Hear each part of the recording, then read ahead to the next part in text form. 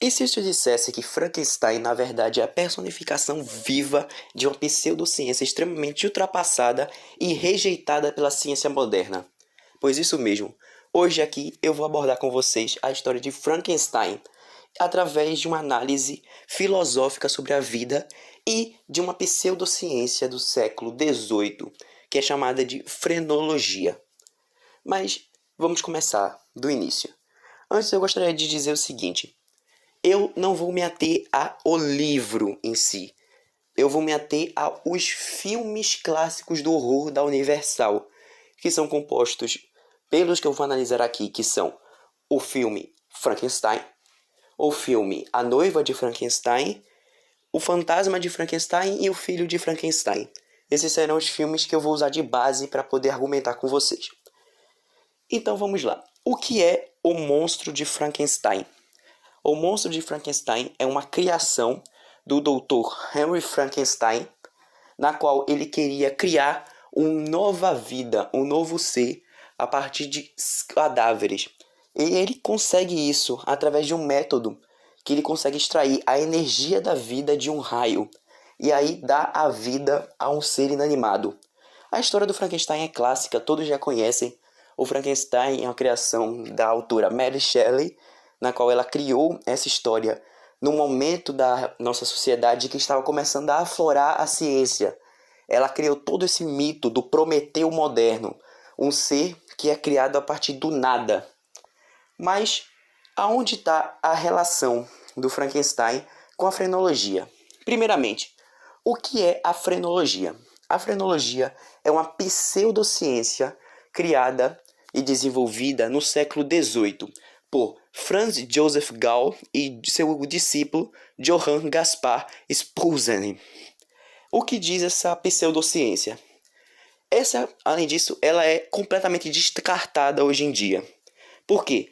Porque essa ciência é uma ciência que prega exatamente um mapeamento do cérebro e das feições da cabeça de uma pessoa, na qual criaria-se um mapa mental da pessoa, na qual poderia se caracterizar que aquela pessoa poderia ser um possível assassino, por exemplo, através de características físicas, como, por exemplo, características da sua cabeça. Uma pessoa que geralmente, de acordo com essa pseudociência, tivesse uma cabeça um pouco mais deformada, um pouco maior, poderia se indicar que essa pessoa não seria uma pessoa sã, e sim ela poderia se tornar futuramente algum assassino ou algum ladrão. Uma boa representação dessa ideia da frenologia, dessa relação de cabeças grandes com bandidos, está nos muitos inimigos de diversos heróis clássicos, como Batman, Superman, Homem de Ferro, Homem-Aranha. E você pode perceber que existem diversos vilões deles que seguem essa característica de ter cabeças muito volumosas. Um clássico vilão que remete a isso é o próprio Cabeça de Ovo, que é um vilão clássico que remonta exatamente a essa característica da frenologia.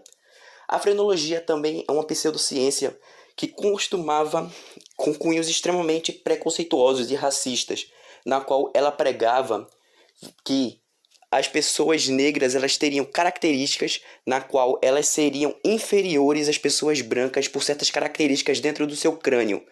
Um bom exemplo dessa vertente está no filme Django, na qual o vilão do filme ele mostra todo esse preconceito que ele tem através desse investimento nessa pseudociência.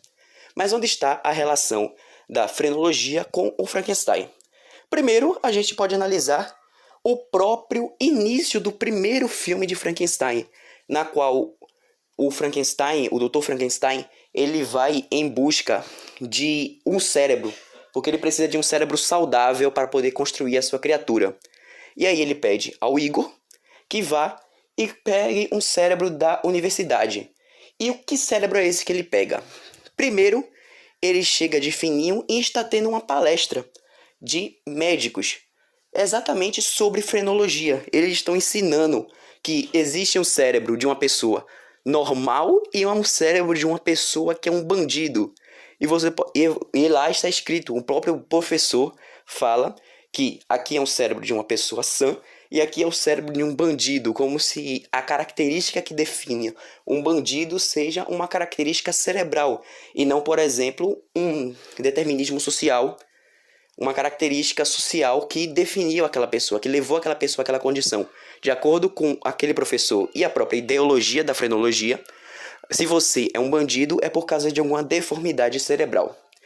E aí se prossegue a história. Igor, ele, em vez de pegar o cérebro da pessoa saudável, entre aspas, ele pega o cérebro do bandido e leva até o Frankenstein, o Dr. Frankenstein.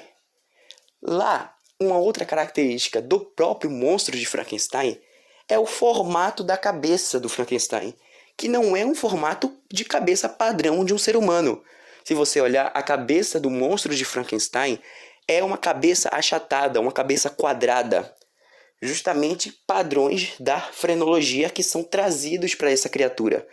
A cabeça dele é extremamente quadrada, não é uma cabeça de um ser humano padrão, por exemplo. E isso leva muito um contraste com a própria noiva de Frankenstein. Porque se você olhar no segundo filme, A Noiva de Frankenstein, nós podemos observar que a noiva de Frankenstein ela é muito diferente do monstro de Frankenstein. Por quê? Porque lá, a noiva, ela, apesar de ser um morto-vivo, ela foi criada de uma forma diferente. Ela foi criada, em vez de partes de seres humanos, ela foi reanimada pelos cientistas. E ali, se você olhar, a cabeça dela é uma cabeça normal de uma pessoa, padrão. Não é como o monstro de Frankenstein, que é uma cabeça quadrada. E o que acontece quando a noiva de Frankenstein encontra o Frankenstein no filme? Ela sente repulsa.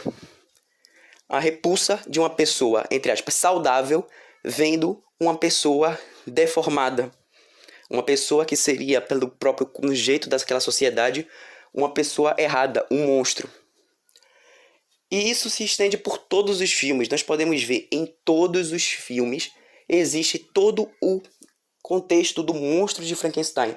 O monstro de Frankenstein, ele tenta lutar contra a sua própria natureza, que é uma natureza definida de um criminoso, já que o cérebro que está dentro dele é um cérebro de um criminoso. E dentro dessa ideologia, existe uma visão de que esse criminoso está interferindo que o monstro de Frankenstein seja realmente humano.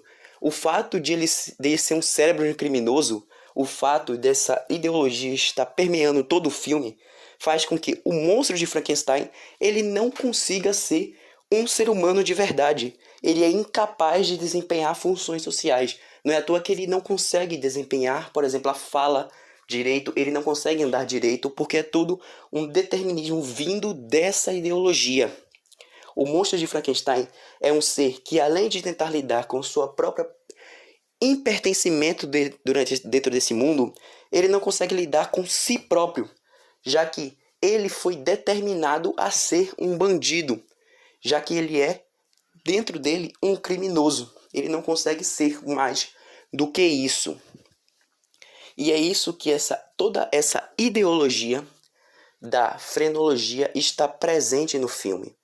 E a ideologia gigante, macro de todo o filme é o avanço da ciência, no qual uma ciência sem supervisão, uma ciência infreável, uma ciência que não consegue impor limites nas suas ideologias, uma ciência que não consegue ver além dos números, cria monstros.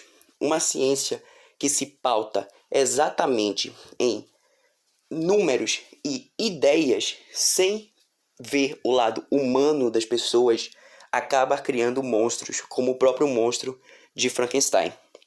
E é isso que eu queria falar com vocês hoje. Obrigado a todo mundo que ouviu. Se você discorda de mim, comente aqui nos comentários de forma educada.